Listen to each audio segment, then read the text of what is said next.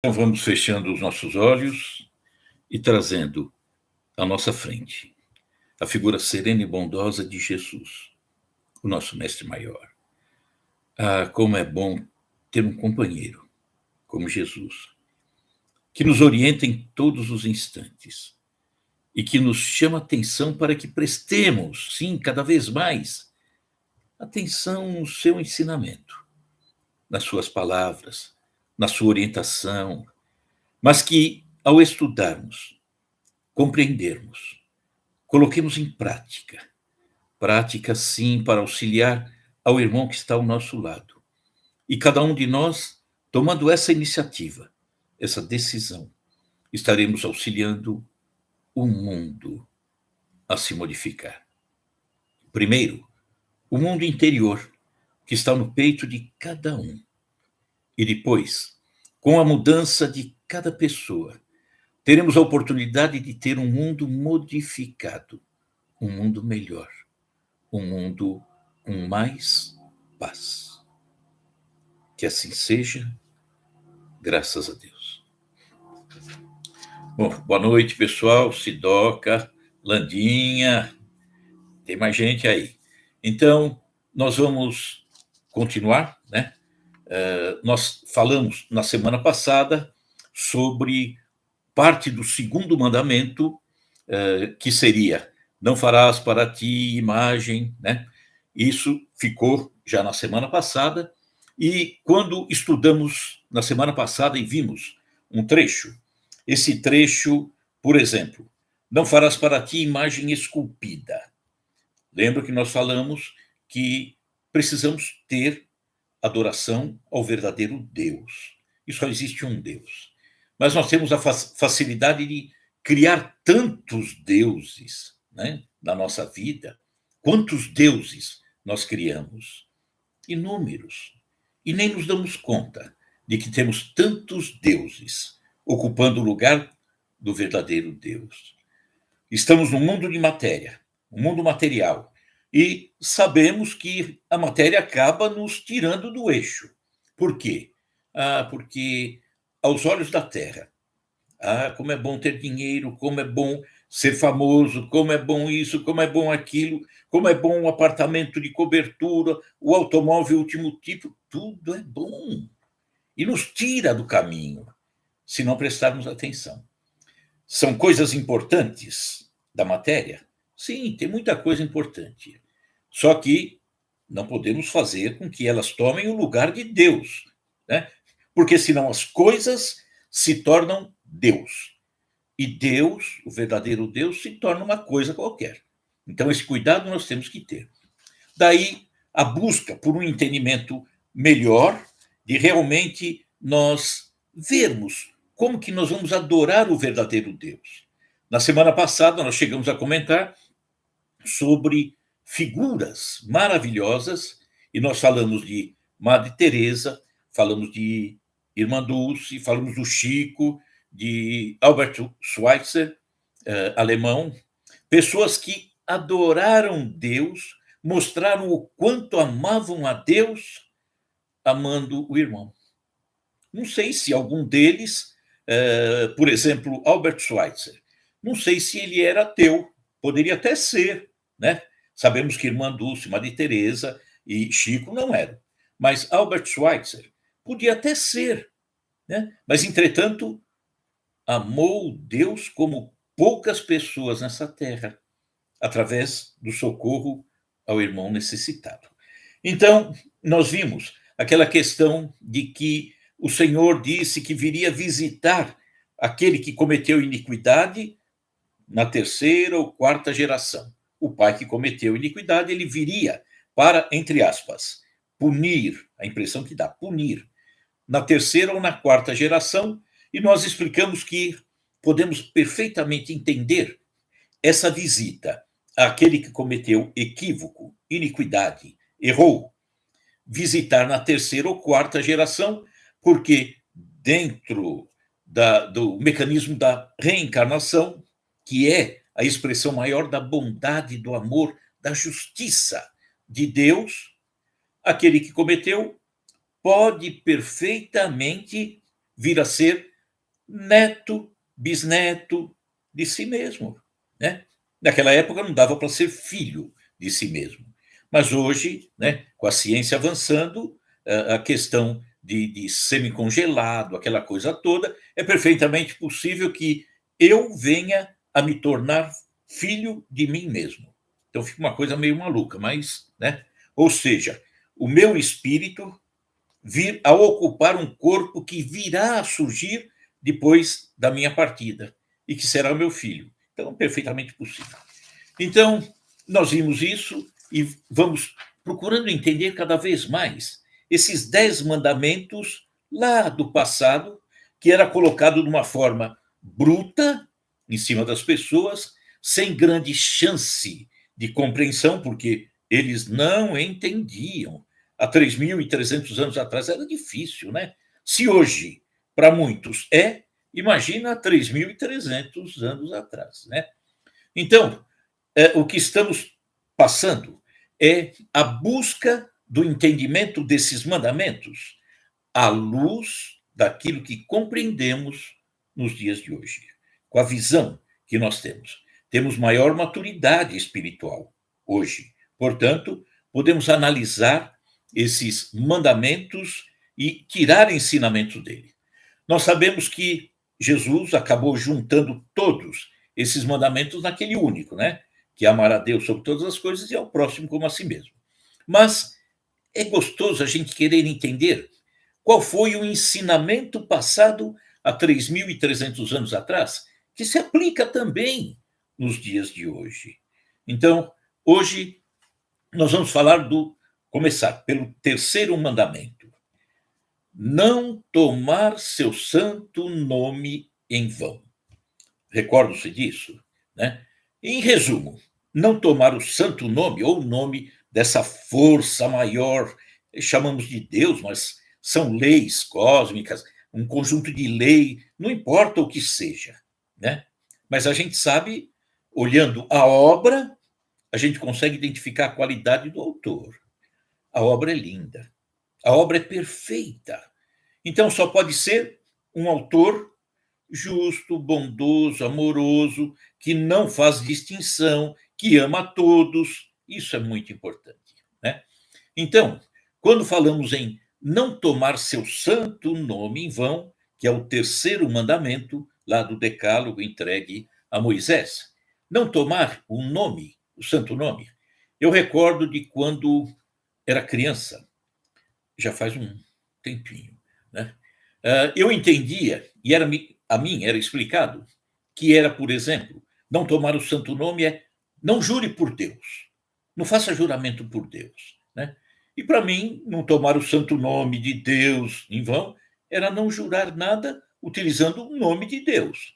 Mas, na verdade, o que nós podemos entender em não tomar o nome dele em vão, ou seja, desrespeitar, ignorar, é desprezar, né? Então não podemos fazer isso. Então, não tomar seu santo nome em vão é não ignorá-lo, não desprezá-lo, não deixar os ensinamentos dele, não pisar nas obras dele, não maltratar. Então, nós vamos ver que isso tem um sentido muito mais amplo, muito mais amplo. E é isso que nós vamos falar hoje, né? Então, é preciso pensar, raciocinar sobre Deus, coisa que poucos na humanidade fazem. Não param, não pensam. Aceitam aquilo que é imposto por alguém. Alguém disse que é assim, então é assim. Mas quem que me disse? Será que aquela pessoa consegue compreender mais do que eu? E não importa, se ele compreende de uma forma, eu posso compreender de outra forma. Não há problema nenhum. Então, é preciso pensar, é preciso raciocinar sobre Deus. As pessoas acham que coisas da alma, não preciso pensar, não preciso raciocinar, precisa sim, é necessário.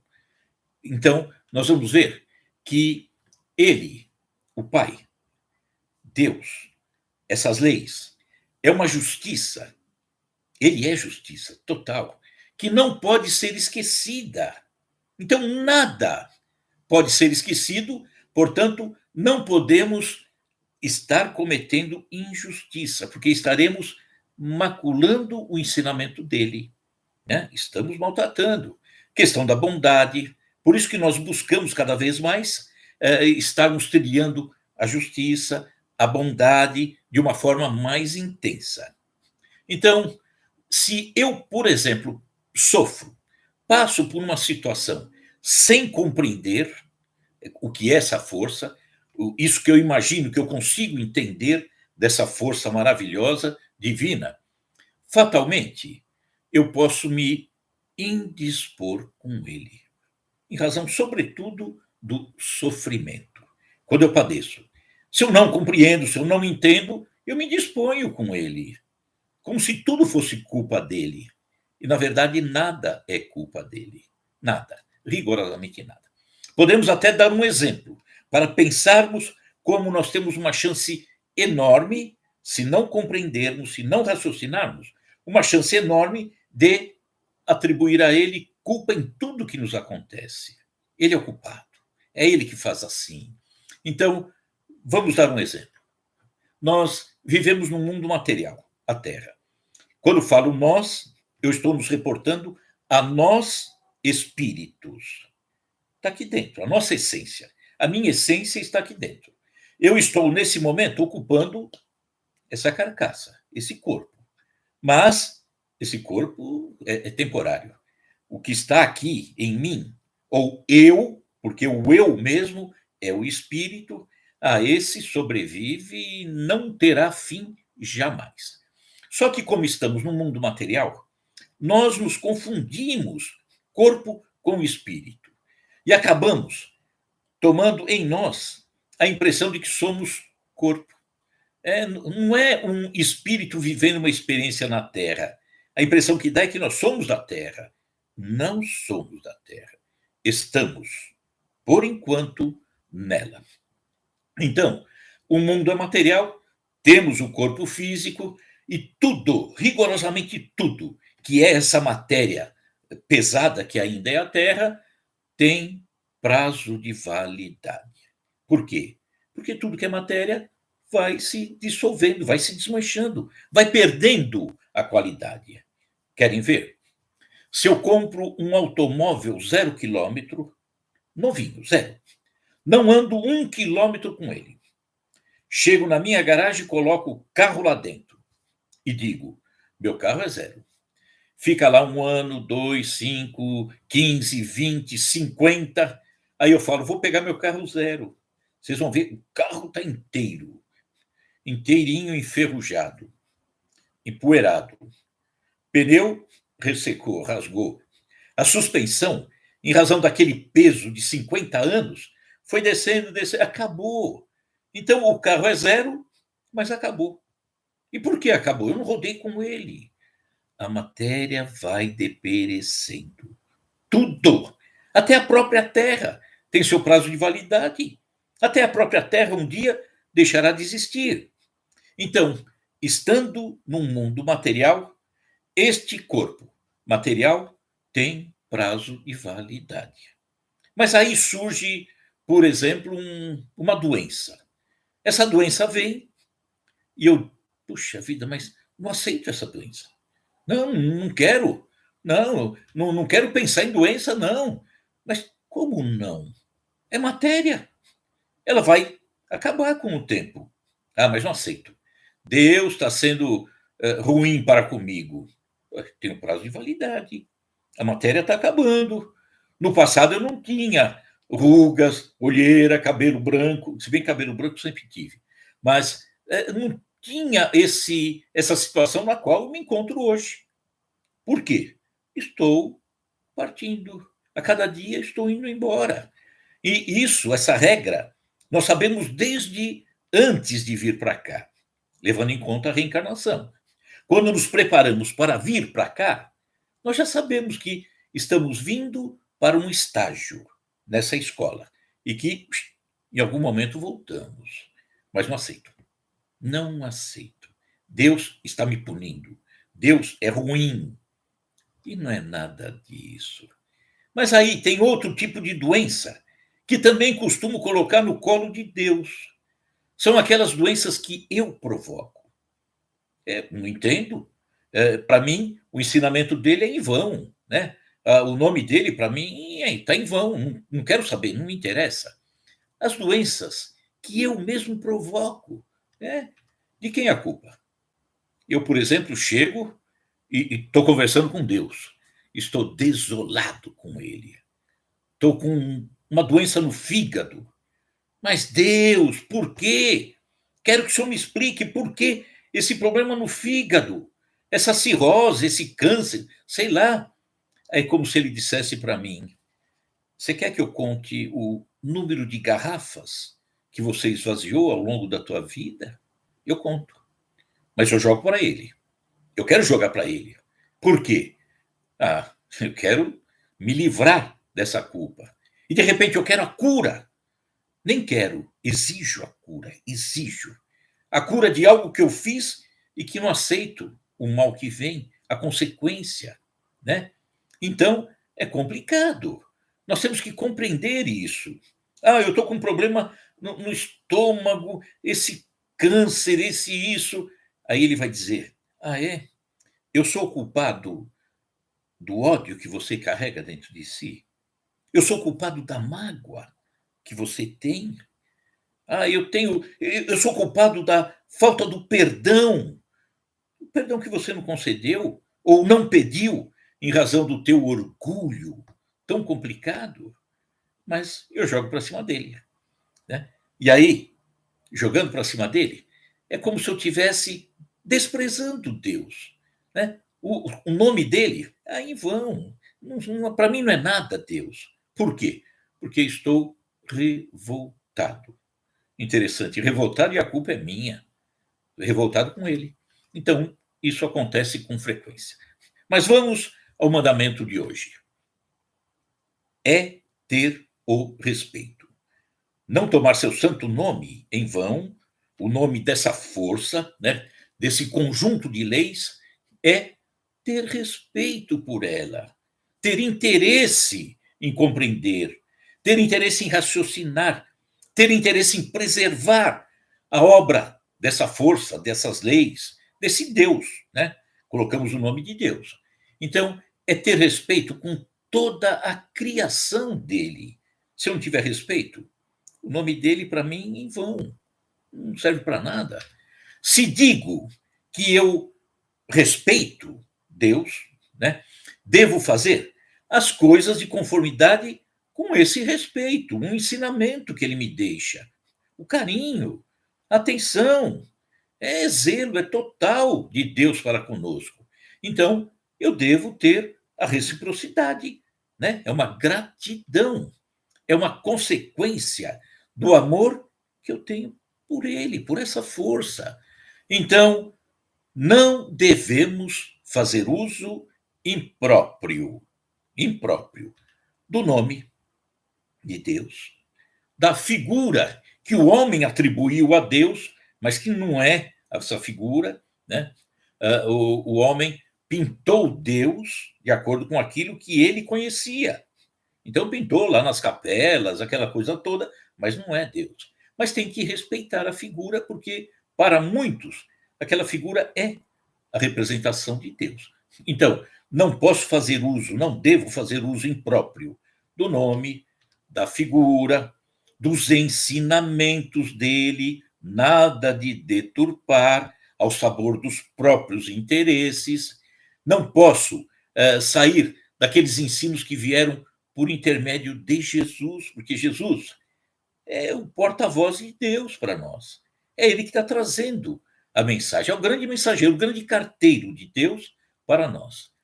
Também, para que não façamos uso incorreto de Deus, da palavra Deus, nós temos que usar de forma correta, né? O contato de forma correta com toda a sua criação.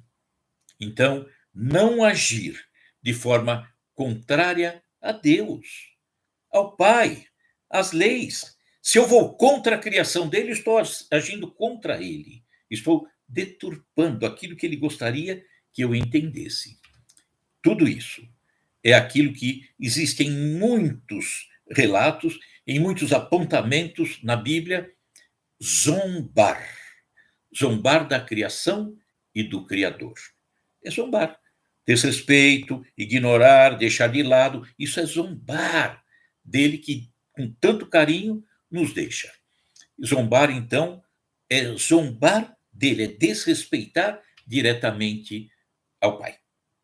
Antes, vamos fazer uma comparação para raciocinarmos. Eu, como pai, tenho um filho pequeno, criancinha ainda, né? 2 anos, 3 anos. Eu pintei a parede de casa. E, de repente, isso não aconteceu com ninguém também, tá? Pintei a parede de casa e, de repente, vem o meu filhinho ou o meu netinho com um lápis, uma caneta e risca toda a parede, né? O que nós fazemos? Batemos nele? Não. Ele apenas não sabia. E aí nós vamos ensinar para que ele não torne a fazer. Então, um exemplo atual, dentro da lógica, e não no aspecto religioso, não é só no religioso, não, né?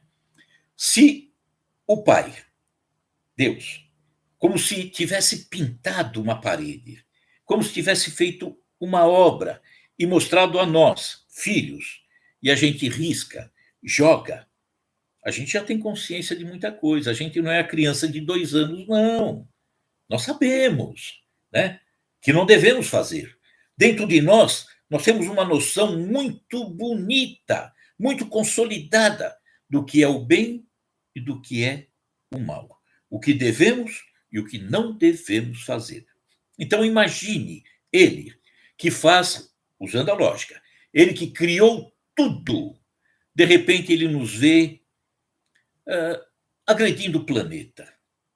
Sabe aquele que joga lixo na rua e que vai para os rios e que invade tudo e que estraga tudo? Estamos agredindo e já não somos crianças riscando a parede, não. Nós sabemos que não devemos fazer isso. Olha a questão da poluição. Nos últimos ou nas últimas décadas, temos um bom entendimento do que estamos fazendo com o planeta no que se refere à poluição. Não estamos zombando da criação dele? Olha, ano de 2018, eu peguei essa informação. Nós jogamos na atmosfera apenas 37 bilhões de toneladas de dióxido de carbono na atmosfera. Apenas isso. E também não nos preocupamos e continuamos jogando. Então, isso aumenta a temperatura do planeta. É obra de Deus. Nós estamos estragando com ela. Promovemos os desmatamentos, né? De qualquer forma, arrancamos tudo. As queimadas criminosas que estão acontecendo, né? Estragando tudo, prejudicando as pessoas, mas fazemos. Então, estamos maltratando a obra de Deus. Estamos zombando dele, porque é aquele pai que pintou a parede e o filhinho de 18 anos vem e risca a parede. Que absurdo, né? Não dá para fazer isso, não dá para aceitar. Agressão aos animais. Que coisa, né? Animal não tem vida, não pode matar. Que absurdo. Então, o fato é que já tocamos, aí é obra de Deus, já tocamos nos limites físicos do nosso planeta. Já chegamos no máximo, já até ultrapassamos. Ao forçá-los, esses limites, como faz essa nossa voracidade produtivista e consumista, a Terra responde. É natural que responda. A natureza responde. Quando eu jogo lixo no rio, a natureza vai responder, porque a água corre pelo rio, vai encontrar o lixo e corre para as margens, né? E aí, a natureza responde. E a natureza é Deus. A natureza é Deus. Essa força cósmica, conjunto de leis, eles respondem naturalmente, automaticamente, aquilo que nós fazemos e não devíamos ter feito. Mas muitos ainda entendem que a resposta que vem de Deus, da natureza, é uma vingança, é ódio. Ah, Deus está nos punindo. Como punindo? Deus não está para isso. Nós estamos nos punindo. Nós, através dos nossos próprios atos. É apenas o desequilíbrio que fazemos em tudo. É isso que nos pune. Só que na visão mais antiga, era uma agressão a Deus, a figura de Deus. Tudo aquilo que se fazia agredia-se a Deus. Hoje nós sabemos que agredimos esse conjunto total de leis, a natureza, né? O planeta, tudo isso. E Deus não castiga, não. Não castiga. Mas aquilo que fazemos de forma equivocada, vem a resposta sim. E é natural que venha. A natureza responde com tufões, nós estamos mexendo no clima do planeta, tsunamis, enchentes devastadoras, terremotos e uma extraordinária subida na temperatura global. Olha a situação. Olha o que nós estamos presenciando nesses últimos anos. Culpa de quem? Dele? Não. Culpa nossa. Nós estamos usando o nome dele em vão. Estamos fazendo tudo errado, ou seja, não estamos respeitando a obra.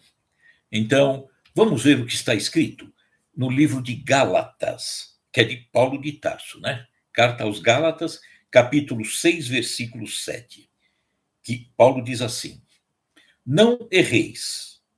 Deus não se deixa escarnecer, porque tudo que o homem semear, isso também se fará. O que o homem semeia, ele colhe. É natural, né? Lei de causas e efeitos. Então, zombar de Deus é infringir as leis, essa força cósmica, é desrespeitar, é tratar com leviandade ou ignorar essa força, esse Deus. Então, todas as vezes que fazemos isso a alguma obra dele, né? Alguma obra que está aí, porque tudo é obra dele, é a ele que estamos fazendo. Estamos agredindo. Estamos, entre outras, né? Agredindo o nome de Deus, usando o nome de Deus em vão. Então, fiquemos atentos, porque tantos dizem seguir esse Deus, mas deposita sua fé nos outros deuses, nos outros interesses. Ah, não, Deus é natureza. Entretanto, eu tenho uma madeireira, eu saio derrubando todas as árvores, desmatando tudo. Não, é, né? Estamos fazendo isso, estamos sendo desonestos, estamos sendo violentos, estamos sendo insensíveis, estamos sendo poluidores, estamos sendo desumanos. Viu o que é tomar o nome de Deus em vão? E às vezes nós pensamos, eu não tomo porque eu não juro por Deus. Jurar por Deus não significa nada, né? Então, vamos pensar nisso. Todas as vezes que afrontamos essa força maravilhosa, né, que entendemos como Deus, nós estamos maltratando, nós estamos ignorando, nós estamos deixando de lado. Este é um sentido que podemos dar a esse terceiro mandamento: não tomar seu santo nome em vão.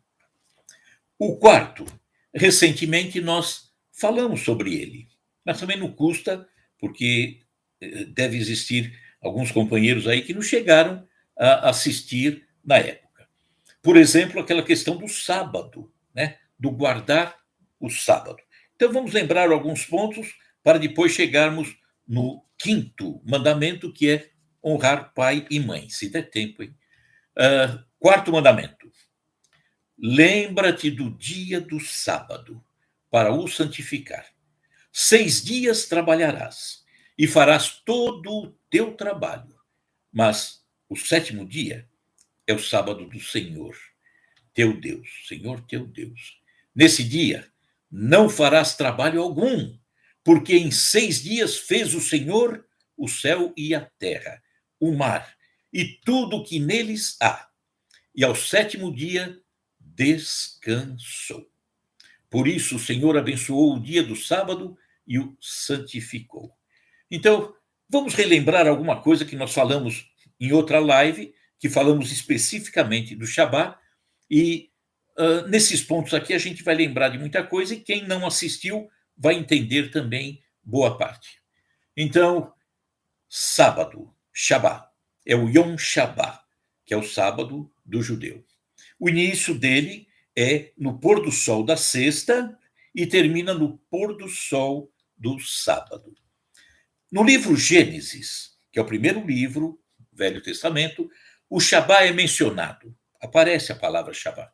Entretanto, não demonstra ali, não aponta que haveria alguma obrigação adicional com relação a Shabá.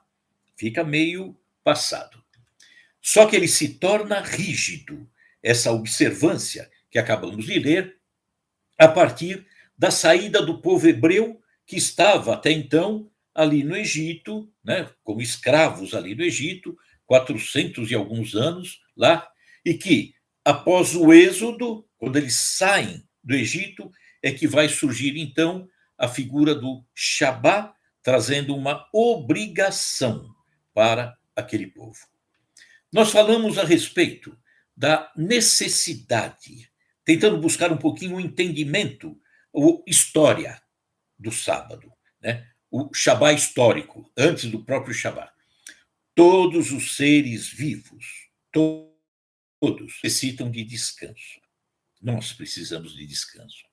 À noite, para repousar, refazer as forças físicas e psicológicas. Precisamos adormecer, né, ficar ali quietinho e recuperar as nossas forças. Mas a ciência já mostrou que somente esse sono noturno, à noite, né, à madrugada, não é suficiente para a reposição de todas as nossas forças. E eles pesquisaram e chegaram à conclusão da existência de um ciclo chamado circacepitano. Ciclo circacepitano. É um ritmo endógeno, natural em nós, que exige um descanso a mais num período de 7 dias. É um período razoável para repor, de fato, as forças, as energias que fomos perdendo ao longo dos outros 6 dias. Então, há uma necessidade de paralisação semanal. Só que não importa o dia. Eu preciso parar um em cada 6, em cada 7. Depois de 6, eu dou uma paradinha para recuperar um pouco.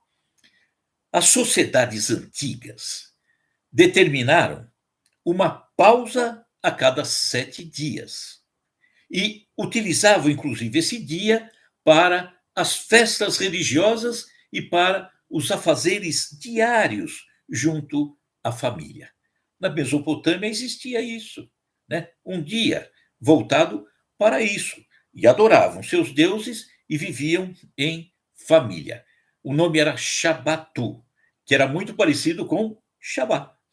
E aí, nós vamos ver que eles já faziam esse tipo de procedimento, essa paralisação nesse dia, muito antes dos hebreus, do Shabá. Então, a Mesopotâmia, vamos lembrar que era o local de origem dos hebreus. Mesopotâmia mais antiga, e os hebreus surgiram ali na região da Mesopotâmia. Abraão, o pai deles, teria vindo da Caldeia, que é a parte sul da Babilônia. Então, era ali, do pedaço. Então, esse dia para eles era chamado de Shapato, que é bem semelhante a Shabá. Então, teria inspirado, tudo indica, a colocação do Shabá dentro do entendimento para os hebreus.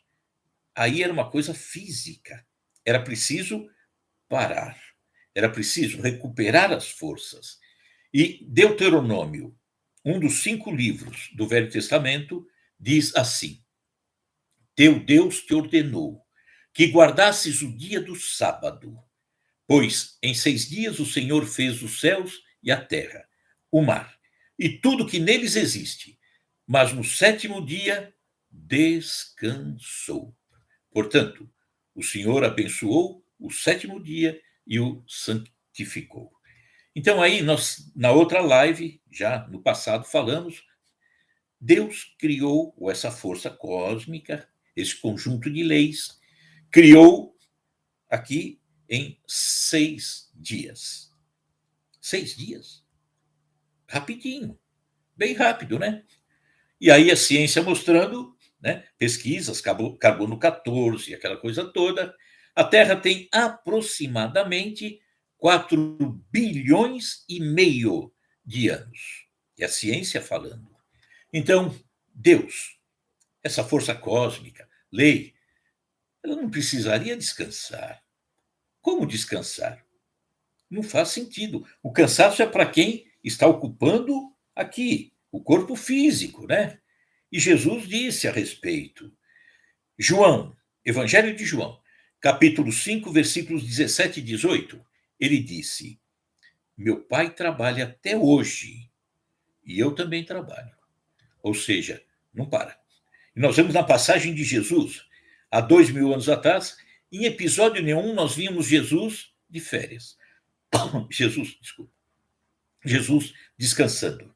Nós paramos aqui, interrompemos a narrativa do Evangelho, porque esse mês Jesus saiu de férias. Não. Emendou o feriado. Não. Jesus não parou um instante. Jesus era trabalho. Era. Não tinha como parar. Não tinha por que parar. Então, o Shabá, o objetivo também é dar uma interrupção naqueles trabalhos excessivos, desregrados, escravos, né? Que não paravam nunca e trabalhavam, trabalhavam, trabalhavam. Então ele vem também para humanizar os tratamentos, né, entre os homens. Para esse dia. Até as áreas de cultivo, plantação, até elas precisavam descansar. O terreno, o solo, onde se plantava, era preciso de tempos em tempos parar, dar um tempo para que a terra não se esgotasse, produzindo 1 ano, 2, 3, 50. De repente, o solo fica árido, perde todos os nutrientes, não serve para mais nada. Então, as áreas de cultivo descansam também lá os seus 7 em 7 anos. Isso está narrado até na Bíblia, né? Nós vamos ver isso aí depois. E é aquilo que nós conhecemos nos dias de hoje também como rodízio de terras ou rodízio de plantios. Planta-se e daqui a pouco você muda de área para que aquela recupere. E nós trabalhamos 6 dias, paramos um, para que a gente possa se recuperar, né? É a rotação de cultura, no caso do plantio. Em Êxodo, livro de Êxodo, um dos 5 do Velho Testamento, capítulo 23, versículos 10 a 11, olha o que está escrito. Também 6 anos semearás tua terra. 6 anos. Semeia, planta. E recolherás os seus frutos. Mas ao sétimo ano, a dispensarás e deixarás descansar a terra, para que possam comer os pobres do teu povo e da sobra comam os animais do campo.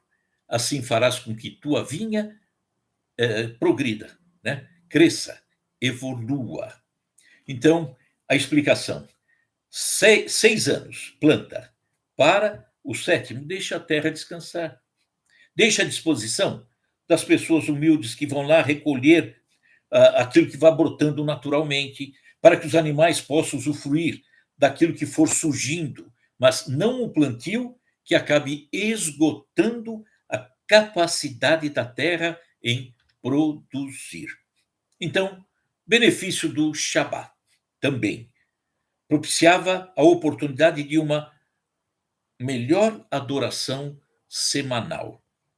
Por quê? Porque os 6 dias, nós sabemos hoje, aquela correria, às vezes não paramos para pensar nas coisas da alma.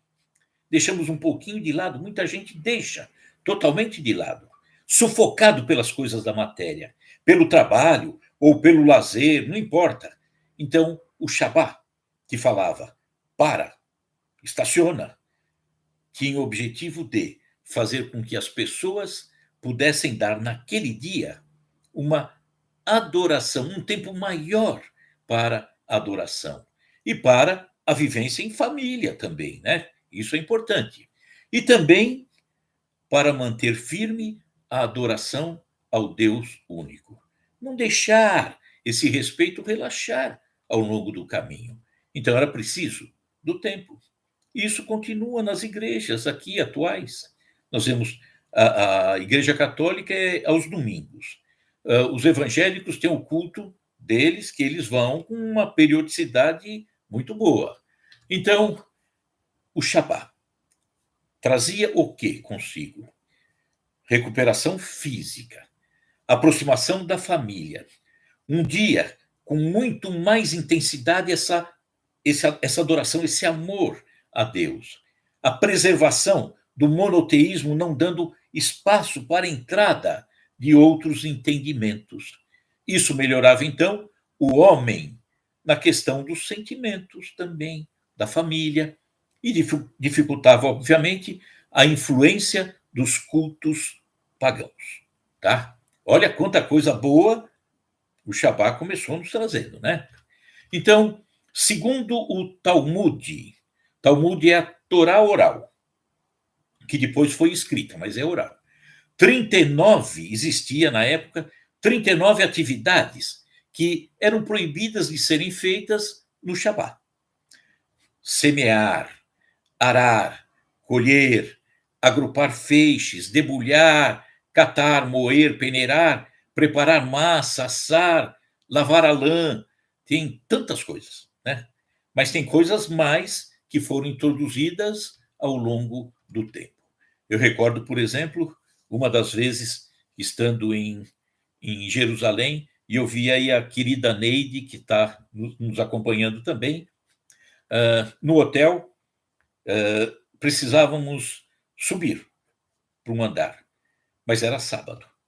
Então tinha o elevador shabático. O que significa? O judeu não podia apertar o botão do elevador. Não devia. Faz parte da proibição daquilo que está dentro dos entendimentos dele. Então, esse elevador, ele descia automaticamente, subia andar a andar e descia andar a andar. Era o elevador shabático. Então, entendiam dessa forma. Obviamente, o povo judeu, maravilhoso, respeito ao máximo, tinha essa visão, tem essa visão, com todo respeito, com todo carinho, e eles, por exemplo, em caso de risco de vida, qualquer proibição é esquecida. Por quê? Porque o valor mais caro para o judaísmo é a vida. Mas esses entendimentos nortearam a vida deles por séculos e séculos e que são trazidos para nós hoje também. E a gente vai aprendendo. Nós sabemos que Jesus flexibilizou o sábado. Ele deu uma ajeitadinha. Não precisa tanto rigor, né? Jesus deu uma flexibilizada, dizendo que o sábado foi feito para o homem e não o homem para o sábado. Então, entendeu a necessidade de interromper o ritmo incessante do trabalho. Jesus não foi contra, não.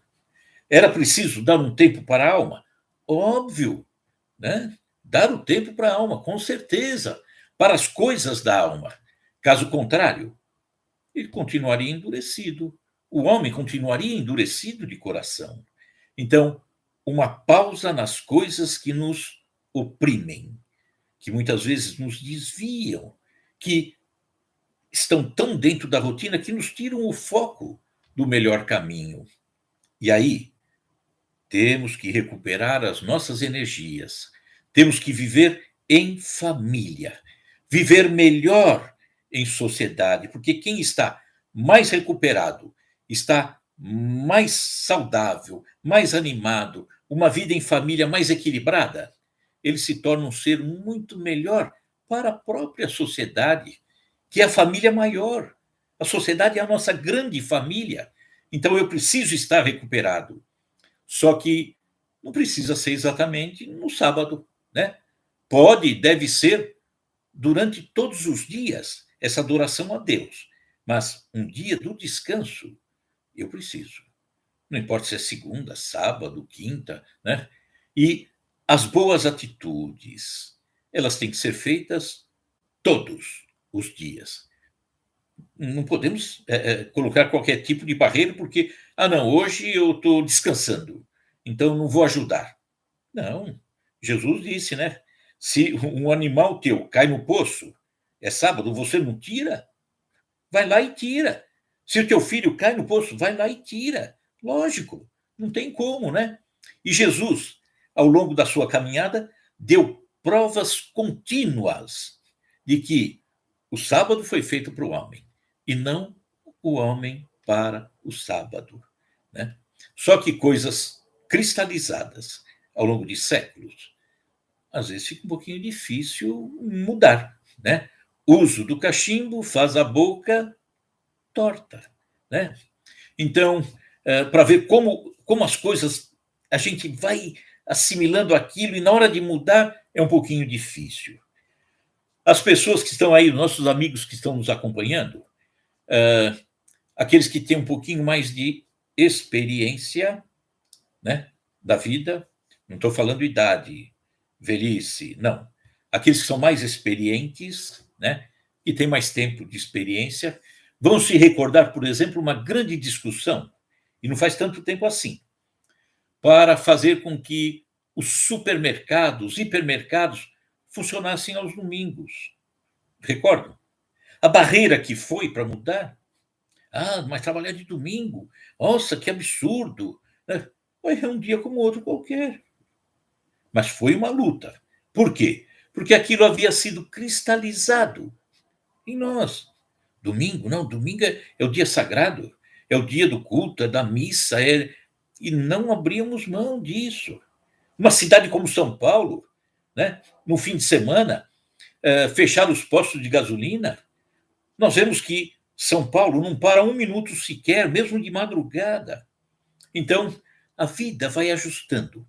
A vida vai nos mostrando que precisamos ir ajustando sempre. E não é falta de respeito. Não, de jeito nenhum. Continuamos parando um dia, mas preocupados em viver o melhor aqui dentro, não nesse dia que paramos. Viver o melhor aqui dentro em todos os dias que vivemos. Isso é que é importante. Isto é guardar no passado o sábado, mas guardemos aqui dentro o respeito à obra de Deus, o respeito ao irmão que necessita, o respeito a si mesmo que precisa recuperar as forças, o respeito a si mesmo e ao outro que às vezes está subordinado a você e que às vezes, eu vou fazer ele trabalhar 7 dias por semana, eu ganho mais. Não. Então, precisamos despertar em nós esse respeito, tá? E aí nós fomos no quarto mandamento. Semana que vem vamos falar do honrar pai e mãe. Tem muita coisa bonita para a gente falar. Depois o não matar, não pecar contra a castidade e vamos tocando em frente, tá?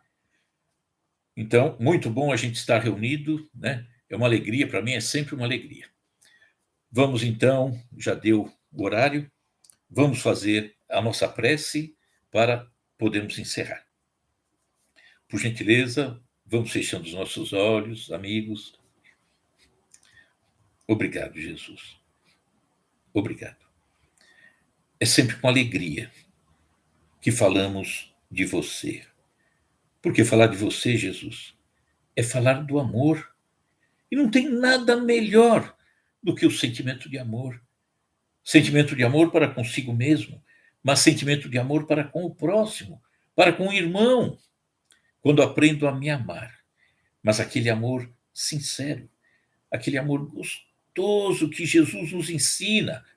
e de repente eu me pego distribuindo esse amor aos irmãos, a vida fica tão melhor, o coração fica tão sereno.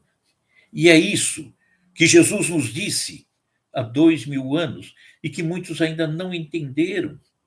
Se meu coração está em paz, se estou feliz, está tudo bem comigo, apesar das dificuldades, das dores, mas eu estou em paz. Ele disse: buscai o reino dos céus, o resto virá por acréscimo. Então, buscar o reino dos céus é exatamente isso, trazer esse Jesus, essa alegria, essa paz, esse entusiasmo, essa vontade de passar aos outros aquilo que entendemos, que compreendemos, para que eles também analisem e peguem para si, se acharem que tudo bem, está correto. Então, quando fazemos isso, estamos encontrando o reino dos céus. E o resto? O resto já está vindo por acréscimo. Ah, como é bom passar pelas dificuldades de uma forma mais serena, entendendo, compreendendo. Aquele que sofre e se revolta, sofre duas vezes. Aquele que sofre e compreende, minimiza a dor. Então, quando Jesus diz, o resto vem por acréscimo, está aí. É uma nova forma de compreender a vida, de passar pelas dores, pelas dificuldades, de amar o irmão, de buscar o crescimento, de entender Jesus, mas raciocinar Jesus, a não ficar da forma como ficamos ao longo de tantos e tantos séculos. Eu quero encontrar Jesus. Vou pensar, estudar e viver Jesus. Que assim seja, graças a Deus. Queridos amigos, encerramos. Para mim é sempre uma alegria, né? A gente estar junto, isso é bom demais para mim. Eu gosto, fico contando os dias. E que na próxima semana possamos estar novamente juntos. E Jesus no coração, álcool gel na mão. Gratidão a todos vocês, viu? Luiz, Laércio, Sandra, Elizabeth, Renata, Áurea. Um grande abraço a todos vocês e até a semana que vem. Muito obrigado, viu? Tchau, fiquem com Deus. Obrigado, obrigado.